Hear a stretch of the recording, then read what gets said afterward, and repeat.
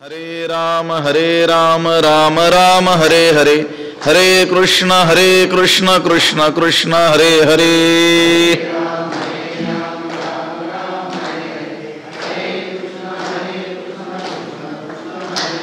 पुंडलीक वरदा हरि विठ्ठल श्री ज्ञानदेव तुकाराम, पंढरीनाथ भगवान की जय, माऊली ज्ञानेश्वर महाराज की जय, जगद्गुरु तुकाराम महाराज की जय।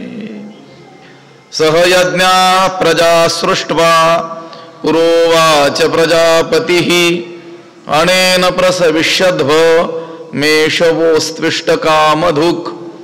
नमामि सद्गुरुं शान्तं सच्चिदानन्द विग्रहं, पूर्ण ब्रह्म परानंद मीशमालंदी वल्लभम्। नमो सद्गुरु तुकया ज्ञान दीपा, नमो सद्गुरु सच्चिदानंद रूपा, नमो सद्गुरु भक्त कल्याण मूर्ति, नमो सद्गुरु भास्करा पूर्ण कीर्ति। अखंड मंडलाकारं व्याप्तमेन चराचरं, तत्पदं दर्शितं येन तस्मै श्री गुरवे नमः। जयांचे केले स्मरण, होय सकळ विद्यांचे अधिकरण, तीची बंधू श्री चरण श्री गुरूंचे ते नमस्कारो नियाता। सहयज्ञाः प्रजा सृष्ट्वा पुरोवाच प्रजापतिः, अनेन प्रसविष्यद्भ मेषवोस्त्विष्टकामधुक्। ग्रंथराज ज्ञानेश्वरीच्या 3ऱ्या अध्यायाचं चिंतन आपण करतो आहोत आणि या 3ऱ्या अध्यायातील 10व्या क्रमांकाचा हा श्लोक आहे। याचा अन्वय आणि अर्थ एकदा आपण पाहूया। पुरा सहयज्ञाः प्रजाः सृष्ट्वा प्रजापतिः उवाच, अनेन प्रसविष्यध्वम् एषः वः इष्टकामधुक् अस्तु। त्याचा अर्थ असा आहे, पुरा म्हणजे पूर्वी, पूर्व काळात सृष्टीच्या आरंभी सहयज्ञाः यज्ञासह प्रजाः सृष्ट्वा प्रजा उत्पन्न करून, पूर्वीच्या काळी सृष्टीच्या आरंभी यज्ञासह प्रजा उत्पन्न करून प्रजापतीः उवाच, ब्रह्मदेव म्हणाला, त्यांना म्हणाला, जी प्रजा त्यानं यज्ञासह उत्पन्न केली त्या प्रजेला तो ब्रह्मदेव म्हणाला, काय म्हणाला की अनेन प्रसविष्यध्वम्, या योगाने, या यज्ञाच्या योगाने, हा जो यज्ञ निर्माण केला त्या यज्ञाच्या द्वारे तुम्ही काय करा, प्रसविष्यध्वम् वृद्धी पावा, म्हणजे उत्तरोत्तर आपली अभिवृद्धी करून घ्या, या यज्ञाच्या द्वारे आपली अभिवृद्धी करा। एषः वः इष्टकामधुक् अस्तु, हा यज्ञ तुम्हाला इच्छित मनोरथ पूर्ण करणारा हो, हा यज्ञ तुमच्या इष्टफलाची पूर्ती करणारा होवो, असं ब्रह्मदेव त्यांना म्हणाला। पूर्वीच्या काळी म्हणजे सृष्टीच्या आरंभी यज्ञासह प्रजा उत्पन्न करून तो ब्रह्मदेव त्यांना म्हणाला की या यज्ञाच्या योगानं, यज्ञाच्या माध्यमातून, यज्ञाच्या द्वारे तुम्ही आपली अभिवृद्धी करा, हा यज्ञ तुमच्या इष्टफळाची पूर्ती करणारा होवो। हे पहा, आपण आता यज्ञाचा विषय आरंभलेला आहे। यज्ञार्थात कर्मणोन्यत्र लोकोयम कर्मबंधनः, तदर्थम कर्म कौंतेय मुक्त संग समाचर। आणि भगवंत म्हणाले होते की आता याची विषयी पार्था तुझं सांगेन एक मी कथा, जे सृष्ट्यादी संस्था ब्रह्मेने केली। अर्जुना, तुला आता याविषयी मी एक कथा सांगतो, ती अशी की जेव्हा ब्रह्मदेवानं या सृष्टीची काय केली, रचना केली, ब्रह्मदेवानं उत्पत्ती स्थिती लयासह या जगताचं निर्माण केलं आणि ती कथा सांगायला भगवंतानं आरंभ केलेला आहे। भगवंत म्हणतात अर्जुनाला की पूर्व काळामध्ये, सृष्टीच्या आरंभाच्या काळामध्ये ब्रह्मदेवानं काय केलं, स्वधर्म स्वरूप जो यज्ञ, त्या यज्ञासह प्रजा निर्माण केली। प्रजा उत्पन्न केली, पण त्या प्रजेचं कल्याण करणारा स्वधर्मरूप यज्ञ, त्या यज्ञासह प्रजा निर्माण केली. केवळ प्रजा निर्माण करून त्यांना असं वाऱ्यावर सोडून दिलं नाही, तर त्या प्रजेचं, त्या जीवांचं कल्याण ज्यामध्ये आहे असा यज्ञ. यज्ञ म्हणजे स्वधर्म स्वरूप यज्ञ, त्या त्या वर्णाला उचित असं जे कर्म आहे की जे कर्म केल्यानं त्यांचं काय होईल, कल्याण होईल, असा स्वधर्म स्वरूप यज्ञ. त्या यज्ञासह प्रजा निर्माण केली आणि मग त्या प्रजेला उद्देशून तो ब्रह्मदेव म्हणाला की या यज्ञाच्या द्वारे, या यज्ञाच्या म्हणजे या स्वधर्म स्वरूप यज्ञाच्या माध्यमातून तुम्ही काय करा, आपली अभिवृद्धी करून घ्या. अभिवृद्धी म्हणजे तुमचा ऐहिकही काय करून घ्या, कल्याण करून घ्या. आणि हा स्वधर्म स्वरूप यज्ञ तुमच्या पारलौकिक कल्याणाला देखील चित्तशुद्धीच्या द्वारे कारण ठरणारच आहे. आणि हा यज्ञ तुमच्या इष्ट फळाची पूर्ती करणारा हो असा आशीर्वाद देखील दिला की या स्वधर्म स्वरूप यज्ञाचं अवलंबन करा. हा यज्ञ तुमच्या इष्ट फळाची पूर्ती करणारा होवो. मग तुम्ही तुमच्या मनात अभिलषित असणारी जी फळं आहेत ती देखील या यज्ञाच्या माध्यमातून तुम्हाला काय होवोत, प्राप्त होवोत. गीतेनं यज्ञाचं जे स्वरूप सांगितलेलं आहे ते अशा रीतीनं व्यापक सांगितलेलं आहे. केवळ हवन कुंड, हवीर द्रव्याचं हवन त्या यज्ञात केलं जातं एवढाच यज्ञ गीतेला अपेक्षित नाही आहे. नित्य यज्ञ म्हटलेलं आहे की नाही. नित्य याग संहिते इथं पुढंच येईल, ही याच्यावरच भाष्य आहे. त्या नित्य यज्ञासह ही भूते प्राणी मात्र काय केले बघ, ब्रह्मदेवानं निर्माण केलेले आहेत. हा नित्य यज्ञ आहे. कोणता? स्वधर्म स्वरूप जो यज्ञ आहे तो नित्य यज्ञ आहे.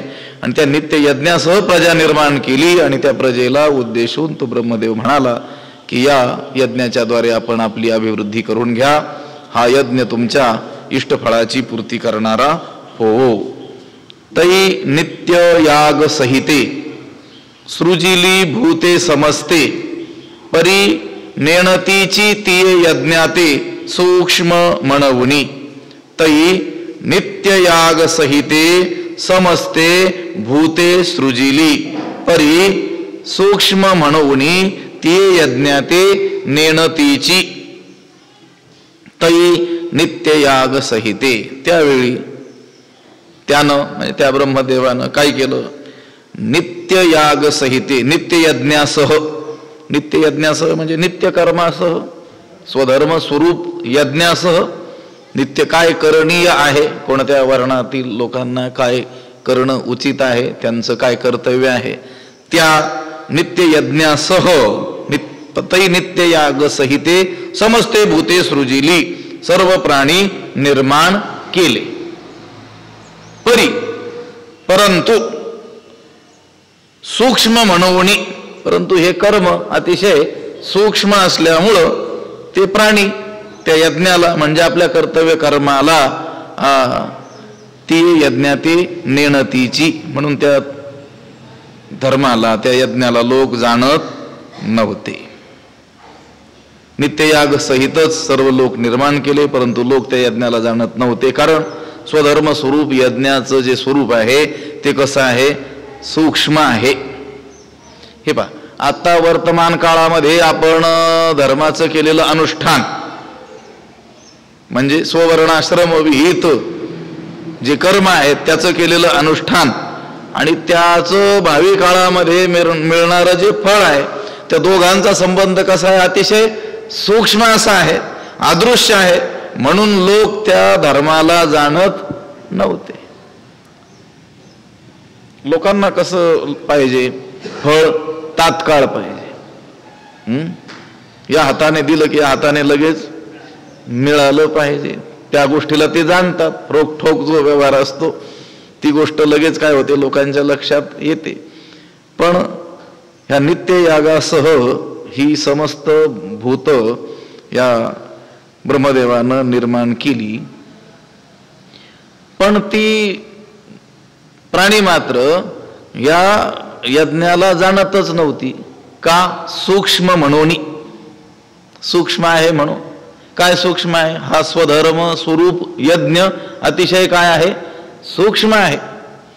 म्हणजे आपण आत्ता स्ववर्णाश्रम विहित जे कर्म आपल्या वाट्याला आलेलं आहे ते केल्यानं आपल्याला आपलं कल्याण कसं होईल ही गोष्ट ते जाणतच नव्हते. म्हणजे त्यानं नंतर सांगितलं, आता सांगूनही जाणत नाहीत तर न सांगता पूर्वी तर जाणतच नव्हते. त्यानं त्या स्वधर्म स्वरूप यज्ञासह प्रजा निर्माण केली. पण ती प्रजा ते जीव त्या स्वधर्म स्वरूप यज्ञाला जाणत नव्हते, कारण तो अतिशय काय आहे? सूक्ष्म आहे. काय सूक्ष्म आहे? तर वर्तमान काळामध्ये केलेलं धर्मानुष्ठान आणि त्याचं भावी काळामध्ये मिळणारं फळ यांचा दोघांचा संबंध काय आहे? अतिशय सूक्ष्म आहे. म्हणून लोक त्या धर्माला जाणत नव्हते. नित्य याग संहिते नित्य यज्ञासह सृजिली म्हणजे निर्माण केली. ही भूत काय केली? ब्रह्मदेवानं निर्माण केली, उत्पन्न केली. पण त्या यज्ञाला तो यज्ञ अतिशय सूक्ष्म आहे म्हणून ते प्राणी जाणतच नव्हते. ते वेळी प्रजी विनविला ब्रह्मा, देवा काय आश्रयो एथ आम्हा, तव म्हणे तो कमळ जन्मा भूता प्रती. नित्य यज्ञासह समस्त भूत मात्र निर्माण केली. पण त्या यज्ञाचं स्वरूप अतिशय सूक्ष्म असल्यामुळं ते लोक त्या धर्माला जाणतच नव्हते. कारण कर्माचं स्वरूप अतिशय काय आहे? गहन आहे. किम कर्म किमा कर्मेती कवयोप्यत्र मोहिता. कर्म म्हणजे ते कवण आणि अकर्मा काय लक्षण, ऐसे विचारिता विचक्षण गुंफोनी ठेले. कवयः क्रांतदर्शी म्हणतात. कवी म्हणजे क्रांतदर्शी. ते सुद्धा जाणत नव्हते. जे दीर्घदर्शी आहेत, दीर्घदृष्टी ज्यांची आहे त्यांना सुद्धा या कर्माची सूक्ष्मता कळत नाही. म्हणून त्या यज्ञाला हा यज्ञ अतिशय सूक्ष्म आहे म्हणून ते जाणतच नव्हते. त्यावेळी त्यांनी काय केलं? ते वेळी प्रजी ब्रह्मा विनविला. त्यावेळी सर्व लोकांनी त्या प्रजेनं ब्रह्मदेवाची प्रार्थना केली, ब्रह्मदेवाला विनंती केली. काय विनंती केली? देवा एथ आम्हा आश्रयो काय. देवा एथ म्हणजे या लोकामध्ये आम्हाला आधार काय आहे? या मृत्यू लोकामध्ये किंवा या मनुष्य देहामध्ये आमच्या कल्याणाकरिता आम्हाला कोणता आधार आहे? अशी त्यांनी काय केली? विनंती केली. तेव्हा तो कमळ जन्मा भूताप्रती म्हणे. तेव्हा तो कमळ जन्मा, कमळापासून ज्याची उत्पत्ती आहे असा तो ब्रह्मदेव लोकांना म्हणाला. काय म्हणाला ते पुढे सगळं त्याचं वर्णन केलेलं आहे. ते वेळी प्रजी विनविला ब्रह्मा, देवा आश्रय काय येत आम्हा. आश्रय म्हणजे आधार. आम्हाला आधार काय आहे? आम्ही कशाच्या आधारे जगावं? त्या प्रजेनं विनंती केली. कोणाला? ब्रह्मदेवाला. स्वाभाविकच आहे ना. मुलांना काही अडचण आली तर ते कोणाकडे जातात?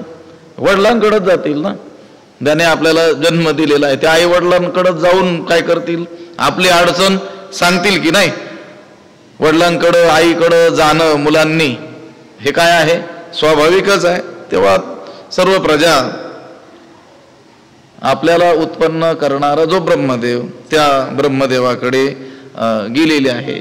त्याला शरण जाऊन त्यांनी विचारलं की आमच्या निर्वाहाची आपण काय सोय केलेली आहे? आता एखाद्याला आपण आणलं कामाला म्हणून तुम्हाला काम वगैरे देतो, एखाद्या ठिकाणी ठेवलं आणि काय नेमकं करायचंय हे त्यांना जर कळत नसेल तर ते विचारतीलच ना, आमची सोय काय, कशाच्या कोणत्या आश्रयानं आम्ही आता इथं राहायचं. तसं त्या प्रजेनं त्या ब्रह्मदेवाला विनंती केली की देवा काय आश्रय येथ आम्हा, येथ या मृत्यूलोकात किंवा या मनुष्य देहामध्ये आमच्या अभिवृद्धी करता आम्हाला आधार कोणता आहे? आम्हाला आमची प्रतिष्ठा या जगामध्ये कशी होईल? आम्हाला कसं जगता येईल? अशी विनंती केली. का विनंती केली? त्यांनी काय सोय केलेली नव्हती का? केलेली होती. स्वधर्म स्वरूप यज्ञ निर्माण केलेला नव्हता का? केलेला होता. या प्रजेला उत्पन्न करतानाच म्हटलेलं आहे की नाही, तै नित्य याग सहिते सृजिली भूते समजते. नित्य यज्ञासह ती भूत काय केलेली आहेत, म्हणजे प्राणी मात्र काय केले आहेत, निर्माण केलेले आहेत. ते प्राणी मात्र निर्माण करते वेळी त्या प्राणी मात्रांच्या कल्याणासाठी यज्ञ सुद्धा, म्हणजे स्वधर्म स्वरूप यज्ञ सुद्धा काय केलेला आहे, निर्माण केलेला आहे. पण त्या प्रजेकडून तो यज्ञ जाणला जात नव्हता, कारण तो काय आहे, अतिशय सूक्ष्म आहे.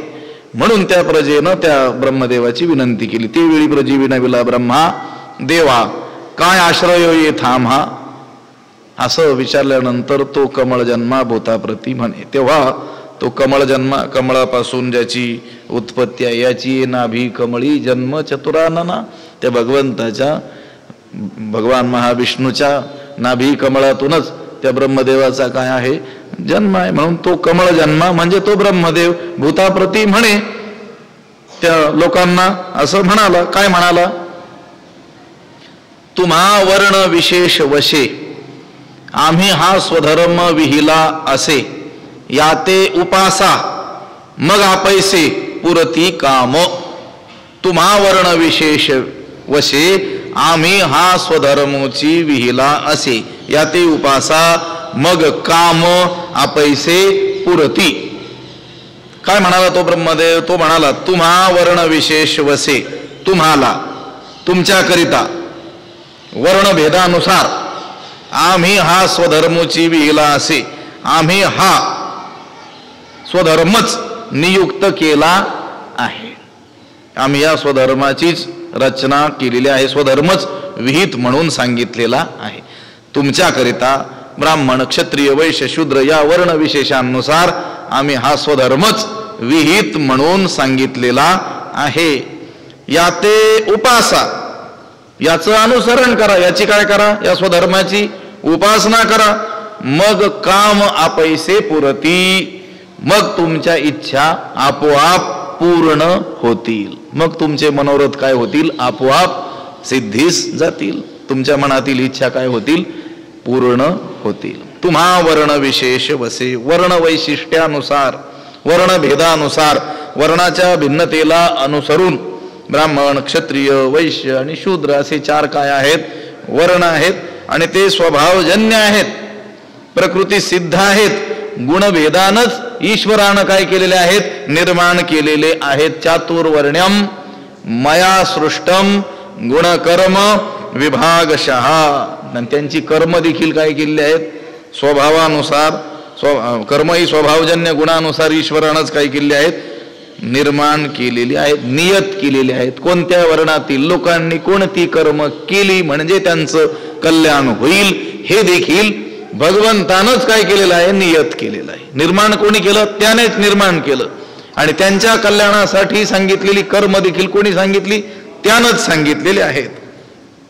हे पहा, सत्व रज तम असे 3 गुण आहेत. आणि या गुणांच्या तारतम्यानंच ईश्वरानं काय केलेलं आहे, या चातुर्वर्ण्याची विभागणी केलेली आहे. म्हणून तुम्हा वर्ण विशेष वशे, तुमच्या वर्ण विशेषानुसार आम्ही हा स्वधर्म विहिला असे, आम्ही हा स्वधर्मच विहित म्हणून सांगितलेला आहे. याते उपासा, याची काय करा, उपासना करा. म्हणजे या वर्णाश्रमानुसार येणारी जी कर्मे आहेत तीच काय करा, करा.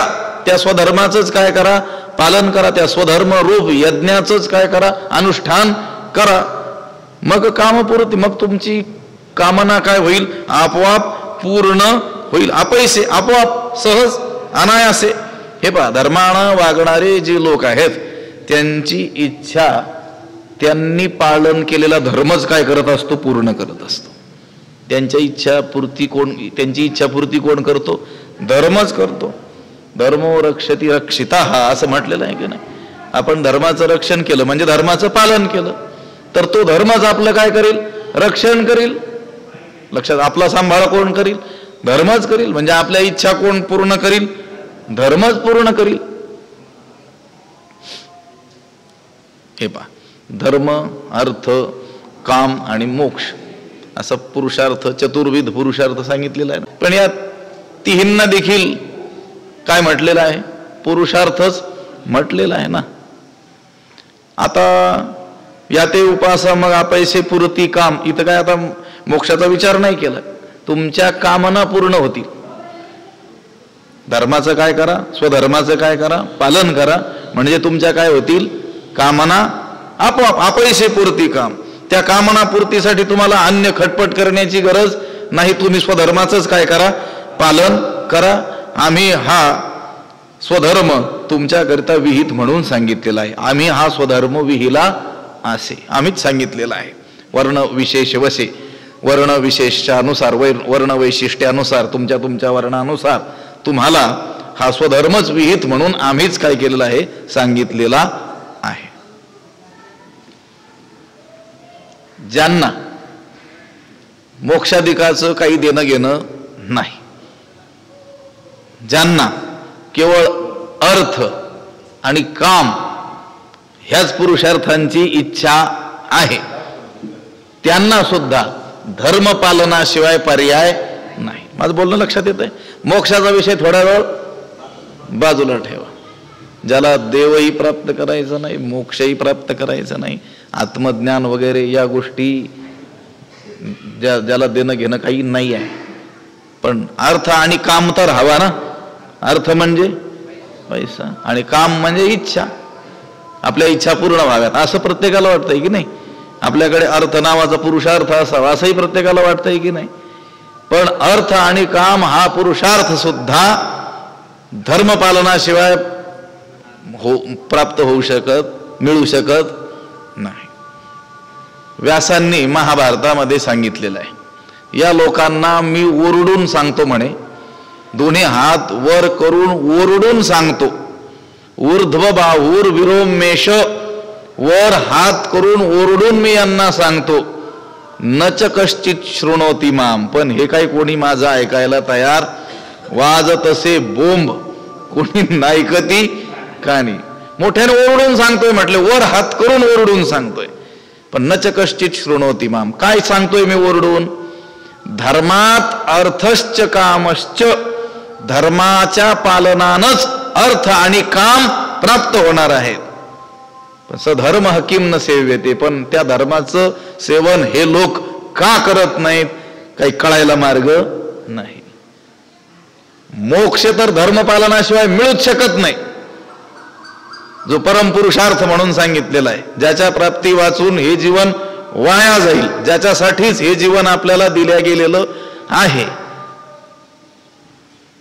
त्याच्या प्राप्तीकरिता तर धर्माचं पालन करावंच लागेल. पण ज्याला गौण रीतीनं पुरुषार्थ म्हटलेला आहे संसारिकांच्या दृष्टीनं, धर्म आणि अर्थ आणि काम, हे दोन पुरुषार्थ सुद्धा धर्मपालनाशिवाय प्राप्त होऊ शकत. सुख तर हवं की नाही? सांसारिक का होईना सुख अपेक्षित आहेत की नाही लोकांना? पण त्या सांसारिक सुखांची प्राप्ती सुद्धा धर्मपालनाशिवाय होऊ शकत नाही. म्हणून तुम्ही पहा, अधर्माने वागून लोक द्रव्यादी मिळवतात, पण ते मिळवलेले द्रव्य त्यांच्या सुखाला हेतू ठरत नाही. आता मोठा विषय आहे तो. अन्यायोपार्जितम द्रव्यम दशवर्षांनी तिष्ठती प्राप्तेच्या एकादशे वर्षे समूलयींचे विनश्यती.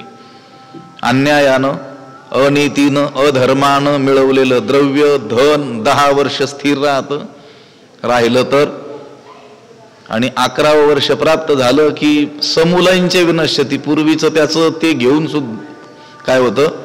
नष्ट होऊन जातं. ज्ञानोबाराय म्हणतात की नाही, परप्राण घाते मिळविती वित्ते, तयाची चित्ते तोषणे कैसी. दुसऱ्याच्या प्राणांचा घात करून जे द्रव्य मिळवतात त्यांच्या चित्ताला संतुष्टी कशी काय प्राप्त होईल? प्राप्त होणार नाही. तुमची सांसारिक सुख सुद्धा तुम्हाला जी प्राप्त व्हावी अशी वाटतात, ती ही धर्मपालनानेच प्राप्त होती. लक्षात आलं का? सुखं तू न विना धर्मात तस्मात धर्म परो भव, महाभारतातच सांगितलेलं आहे. सुख हे धर्मपालना विना प्राप्त होऊच शकत नाही. थोडा वेळ त्या मोक्षाची गोष्ट बाजूला ठेवली तरी सांसारिक जी समृद्धी आहे, जी सुख आहे, ती सुद्धा धर्मपालनाशिवाय प्राप्त होऊ शकत नाही. तीच गोष्ट ब्रह्मदेव त्या प्रजेला सांगतायत. त्या प्रजेच्या कल्याणाकरिता, म्हणजे सांसारिक आणि पारमार्थिक अशा दोन्ही प्रकारच्या उभय कल्याणाकरिता त्या ब्रह्मदेवानं त्या प्रजा उत्पन्न करण्याबरोबर त्यांचं कल्याण करणारा स्वधर्म रूपी यज्ञ सुद्धा काय केलेला आहे, निर्माण केलेला आहे. पण त्या लोकांना कळालं नाही, कारण तो सूक्ष्म आहे. म्हणून ते विनंती करायला गेले ब्रह्मदेवाकडे, आणि देवा आम्हाला इथं आश्रय काय, नुसता आम्हाला निर्माण केलं, आमच्या कल्याणाचं साधन काय. तो म्हणाला असेल मनात, तुमच्या कल्याणाचं साधन निर्माण केलं पण तुम्हाला कळत नाही, सूक्ष्म आहे म्हणून. पण तो रागावला नाही. जसं उत्तम शिक्षक एखाद्या विद्यार्थ्याने विचारलं तर तो शिक्षक म्हणत नाही कालच 4 वेळेस समजावून सांगितलं होतं, नाही, तो पुन्हा काय करतो, समजावून सांगतो. तो म्हणे तो कमळ जन्मा भूताप्रती, तो कमळातून जन्म झालेला जो ब्रह्मदेव आहे तो या प्राणीमात्रांप्रती तो म्हणाला की तुम्हा वर्ण विशेष वसे, आम्ही हा स्वधर्म विहिला असे, या ते उपासा, मग हा पैसे पुरती काम. तुम्हाला तुमच्या इच्छा, मनातील कामना पूर्ण व्हाव्यात अशी इच्छा आहे ना, हो, मग काय करा, या यज्ञाची उपासना करा, स्वधर्मरूप, कारण हाच आम्ही तुम्हाला विहित म्हणून सांगितलेला आहे. तुम्ही दुसऱ्या गोष्टी करण्याच्या भानगडीत पडू नका. तुम्ही व्रत नियम न करावे, शरीरात न पिडावे, दुरीकही न वाचावे, तीर्थासी गा. लोक आपल्या मनोकामना पूर्ण व्हाव्यात म्हणून स्वधर्माचं पालन करण्याच्या ऐवजी जो सोपा मार्ग देवानच सांगितलेला आहे त्याचं आचरण करण्याच्या ऐवजी मनानच दुसरे काही करत असतात, खटपटी करत बसत असतात. तो ब्रह्मदेव म्हणतोय तुम्ही या गोष्टी करू नका. तुम्ही व्रत नियम न करावे, शरीराते न पिडावे, दुरी केही तीर्थासी न वचावे. तुम्ही व्रत नियम न करावे. या स्वधर्माखेरीज, स्वधर्मरूप यज्ञ आहे त्या खेरीज दुसरी व्रत नियम करू नयेत. शरीराते न पिडावे, देहाला क्लेश देऊ नये. हे पंचाग्नी साधन वगैरे करून शरीराला पीडा देऊ नये. वैराग्य नसेल तर इंद्रिय निग्रह करू नये. तुमच्या शरीरामध्ये शक्ती नसेल तर कृच्छ्र चांद्रायणादी व्रत नियम करू नयेत. आणि दुरीकही न वाचावे तीर्थासी. आणि पायात जर बळ नसेल, शरीरामध्ये बळ नसेल तर दूर कुठेही तीर्थयात्रेला जाऊ नका. एवढीच उभी नाही वाचायची, याच्या मागचा पुढचा संदर्भ. नाही तर ज्ञानोबरायांनी सांगितलं व्रत नियम न करावे. लोक सांगतात मागचा पुढचा काय पाहायला पाहिजे, संदर्भ पाहायला पाहिजे. कोणतंही व्रत, एकादशी व्रत सुद्धा करायला तयार नाहीत. का? ज्ञानोबरायांनी सांगितलं तुम्ही व्रत नियम न करावे. अरे स्वधर्म पालनाखेरीज ते एकादशी व्रत स्वधर्मात येऊन गेलं, त्याच्याऐवजी दुसरी व्रत मनाने नको करू. 16 सोमवार, 32 बुधवार असं काही करू नको. लक्षात आलं का? जे शास्त्रोचित आहे, शास्त्राने स्वधर्म म्हणून ज्या गोष्टी सांगितलेल्या आहेत तद व्यतिरिक्त दुसऱ्या काही गोष्टी करू नको. व्रत आता पुराणादिकातून अनेक व्रत सांगितलेले आहेत. नक्त व्रत, रुद्र व्रत, गौरी व्रत, अनंत व्रत, संकष्टी चतुर्थी, कृच्छ्र चांद्रायण इत्यादी. स्वधर्माच्या अंतर्गत जर ती येत असतील तर ती पालन करावीच लागतील. पण स्वधर्माचं पालन करायचं नाही आणि दुसरी व्रत नियम मात्र कठोरतेनं करायची, त्याने काही लाभ होणार नाही. तुम्ही व्रत नियम न करावे. आता एकादशी सारखी जी निष्काम व्रत आहेत ती तर अवश्य करावीच लागणार आहेत. ते आपल्या धर्माचरणाचाच काय आहे, एक भाग आहे. एकादशी सोमवार न करीती कोण त्यांची गती होईल नेनो तुकोबाराय म्हणतात. एकादशी सोमवार न करणाऱ्यांची काय गती होईल कुणास ठाऊक म्हटले, काय होईल त्यांचं. मग जी जी व्रत आपल्याला सांगितलेली आहेत तो तर धर्माचरणाचा भाग झाला, धर्माचरणाचा. तद व्यतिरिक्त काही मनानं ही व्रत नियम न करावे. शरीराते न पिडावे. आता ही वैराग्य अंगामध्ये नसेल तर इंद्रिय निग्रह करू नये. दुरीकही न वाचावे तीर्थासी गा. आणि पायात बळ नसेल तर दूर कुठेही तीर्थयात्रेला जाऊ नये. शरीराते न पिडावे, दुरीकही न वाचावे तीर्थासी गा. योगाधिक साधने, साकांक्ष आराधने, मंत्र तंत्र विधाने जणी करा. तसाच अन्वय आहे. योगादिके साधने, अष्टांग योगादी जी साधना आहेत, साकांक्ष आराधने, आकांक्षेसह म्हणजे सकाम, आराधना म्हणजे उपासना, मंत्र तंत्र विधाने जणी करा, देवता मंत्राचा जाप, आगमोक्त जी तंत्र विधान पूजादी विधान आहेत ते करू नका, स्वधर्माचं पालन करा, खूप झालं, तद्व्यतिरिक्त या गोष्टी करण्याची आवश्यकता नाही. योगादिके साधने म्हणजे हठयोग वगैरे, आता हठयोगानं सिद्धी प्राप्त होतात ह्या गोष्टी खऱ्या आहेत, परंतु हा कठीणातील कठीण मार्ग आहे. ज्ञानोबारायांनी वर्णन केलं, मग प्रत्याहाराचा आधाडा जो बुद्धीची आई पाया निसरडा, जेथ हटिये सांडिती होडा कडे लग, किंवा ज्ञानोबारायांनी 12व्या अध्यायात सांगितलेल्या आपल्या नित्यपरिचयाच्या ओव्या आहेत की नाही, तहाने तहानची भुकेलिया भुकची खावी, अहोरात्र वावी मवावा वारा, योगाची वाटा जे निघालेगा सुभटा, तया दुःखाचाची वाटा भागा आला. म्हणून योगादिके साधने, योगादी साधनं करण्याच्या त्या भानगडीमध्ये पडण्याची गरज नाही. केवळ स्वधर्म रूपी यज्ञाचंच काय करावं, अनुष्ठान करावं. साकांक्ष आराधने म्हणजे सकाम ज्या उपासना आहेत, वेगवेगळ्या देवी देवतांच्या उपासनांचं वर्णन वेदादी शास्त्रातून किंवा पुराणादिकातून आलेलं आपल्याला आढळून येतं. ज्याला करायचं असेल त्यानं ते करावं, पण ज्याला आपल्या कल्याणाची इच्छा आहे त्यानं आपला स्वधर्मरूप यज्ञ सोडून दुसऱ्या गोष्टी करू नयेत. मंत्र तंत्र विधाने जणी करा, आणि आगमोक्त पूजादी जी विधानं आहेत त्यांचा त्याग करावा, म्हणजे करूच नयेत. मंत्र यंत्र इत्यादिकांचं अनुष्ठान करू नये, कारण मंत्र जपताना त्याचे उच्चार अतिशय शुद्ध असायला पाहिजेत.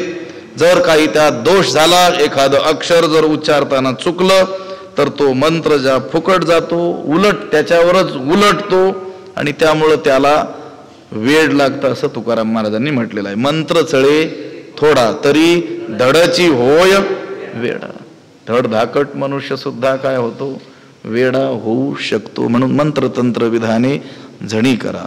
देवतांतरा न भजावे, हे सर्वथा काही न करावे, तुम्ही स्वधर्म यज्ञी यजावे अनायासे. देवतांतरा न भजावे, इतर दिव्य देवतांची उपासना करू नका.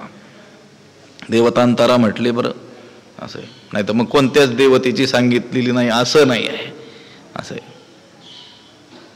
आपली आपली जी उपास्य देवता असेल, तद्व्यतिरिक्त ज्या अन्य देवी देवता असतील त्यांची भक्तीच केली पाहिजे असंही काही नाही. देवतांतरा न भजावे, अन्य देवता जाखाई जोखाई, खंडोबा भैरोबा मुंजोबा ही जी वर्णनं येतात, नव्हे जाखाई जोखाई मायराणी मेसाबाई तुकोबाराय, सेंदरी हेंदरी दैवते कोणती पूजी भूते खेते, आपल्या पोटाची रडते मागती शिते अवदान.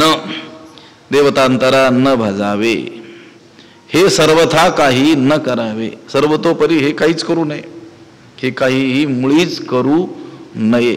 मग काय करावं, तुम्ही स्वधर्म यज्ञी यजावे अनायासे, तुम्ही अनायासे स्वधर्म यज्ञी यजावे. तुम्ही काय करावं, सहजगत्या स्वाभाविक जो प्राप्त झालेला स्वधर्मरूप यज्ञ आहे त्या यज्ञानं काय करावं, यजन करावं, म्हणजे स्वधर्माचं काय करावं, पालन करावं. स्वधर्म पालनाच्या अंतर्गत या सर्व गोष्टी घडून जात असतात. त्यामुळं स्वधर्म पालना व्यतिरिक्त या कोणत्याही गोष्टी करू नयेत. अहेतुके चित्ते अनुष्ठापायाते पतिव्रता पतिते जयापरी. अहेतुके चित्ते याते अनुष्ठा जयापरी पतिव्रता पतिते. तुम्ही काय करा, अहेतुके हेतुरहित कामनारहित चित्ते अंतःकरणानं, कामनारहित अंतःकरणानं याते अनुष्ठा, याची उपासना करा. याची म्हणजे स्वधर्माची उपासना करा.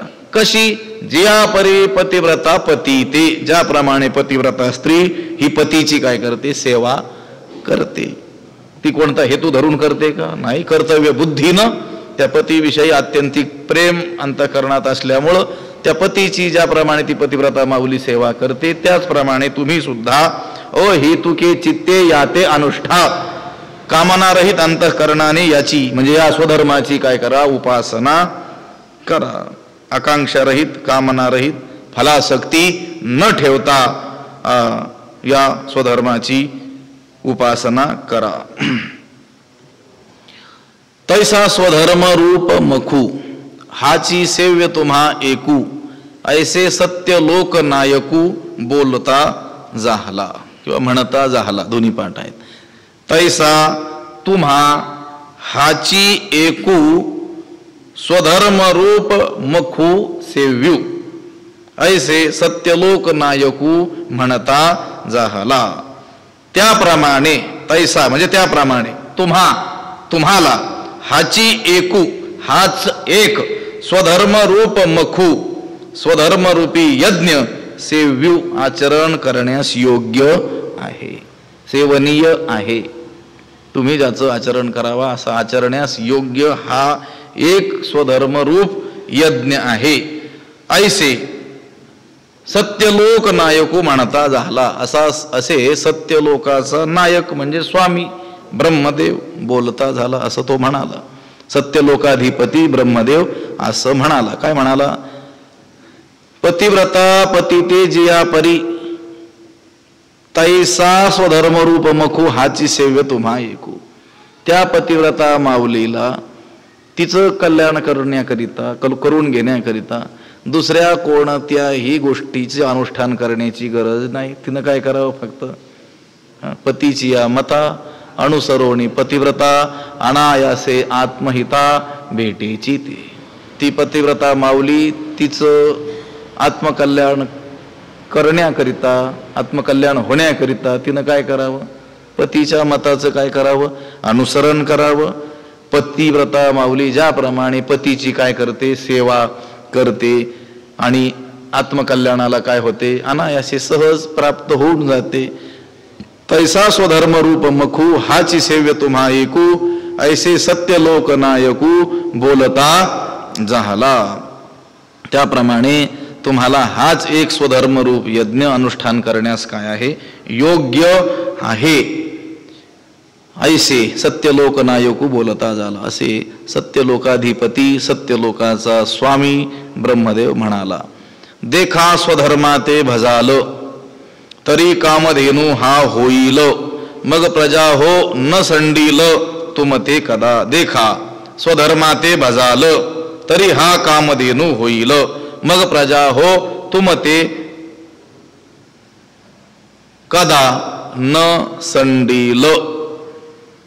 देखा म्हणजे पहा, जर तुम्ही स्वधर्माचं अनुष्ठान कराल स्वधर्माचं आचरण कराल स्वधर्माते भजाल तरी हा कामधेनू होईल.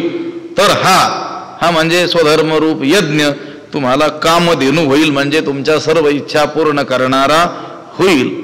मग प्रजा हो आणि मग लोक हो तुमते कदा न संडील मग तो तुम्हाला केव्हाही सोडणार नाही. कोण? तो स्वधर्मरूप यज्ञ हाच तुमच्यासाठी काय होईल? कामधेनू होईल. कधी? स्वधर्माते भजाल स्वधर्माचं जर तुम्ही काय कराल? अनुष्ठान कराल तर हा तुम्हाला काय होईल? कामधेनू होईल. कामधेनूप्रमाणे तुमच्या सर्व इच्छा पूर्ण करील. हे पहा, कामधेनू जवळ जर आपण गेलो तर तिथं आपण इच्छिलेले किंवा इच्छिणारे कोणतेही पदार्थ तर काही दिसत नाही, पण ज्या गोष्टीची कामना आपण तिच्या जवळ जाऊन करू ते सर्व पदार्थ क्षणात काय होतात? आपल्याला प्राप्त होतात. जे लागेल ते एका क्षणात ती उत्पन्न करू शकते. त्याप्रमाणे धर्माचरण करत असताना ही गोष्ट अतिशय सामान्य अशी वाटते, परंतु त्या एका धर्मामध्ये या चारही पुरुषार्थाचा काय होतो? अंतर्भाव होतो. धर्म अर्थ आणि काम मी बोलून गेलो.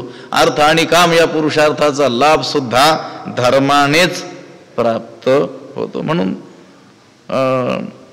या स्वधर्मरूप यज्ञाचं काय केलं पाहिजे? अनुष्ठान केलं पाहिजे. तो आपल्यासाठी काय होईल? कामधेनू होईल. कामधेनू म्हणजे आपण ज्या ज्या कामना करू जो जे वांछील तो ते लाहो. पण अगोदर नाही म्हटलं, लक्षात आलं का? अगोदर नाही म्हटलं.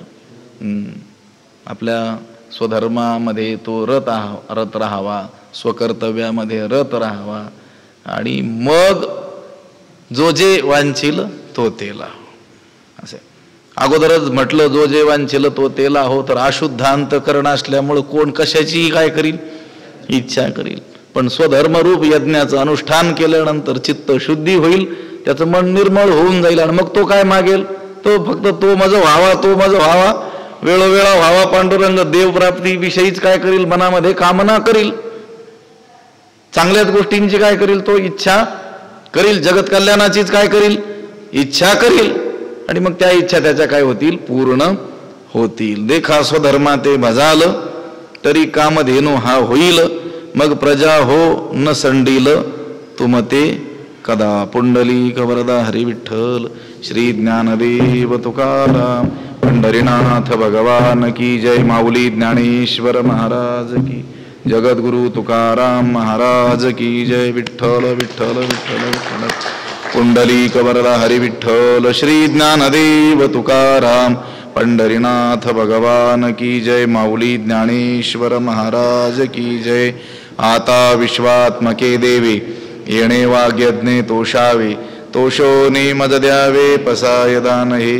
जे खळांची व्यंकटी सांडो, तया सत्कर्मी रती वाढो, भूता परस्परे पडो, मैत्र जीवांची दुरितांची तिमिर जावो, विश्व स्वधर्म सूर्ये पाहो, जो जे वांछील तो तेला हो. प्राणी जात वर्षत सकळ मंगळी, ईश्वर निष्ठांची मांदियाळी, अनवरत भूमंडळी भेटो तया भूता. चला कल्पतरूंचे आरव, चेतना चिंतामणीचे गाव, बोलते जे अर्णव पियुषांचे, चंद्रमे जे अलांछन, मार्तंड जे तापहीन, ते सर्वाही सदा सज्जन सोयरे होतू. किंबहुना सर्व सुखी, पूर्ण होवणी तिही लोकी, भजे जो आदि पुरुखी अखंडित, आणि ग्रंथोपजीविये विशेषी लोकी इये. दृष्टादृष्ट विजये होवावेजी, एथ म्हणे श्री विश्वेश्वरावो, हा होईल दान पसावो. येणे वरे ज्ञान देवो सुखिया झाला, येणे वरे ज्ञान देवो सुखिया झाला, येणे वरे ज्ञान देवो सुखिया झाला. पुंडलिक वरदा हरी विठ्ठल. श्री ज्ञानदेव पंढरीनाथ भगवान की जय. माऊली ज्ञानेश्वर जगद्गुरु तुकाराम महाराज की जय. शांती ब्रह्म एकनाथ महाराज, सद्गुरु बंशी महाराज की जय. सद्गुरु जोग महाराज की जय.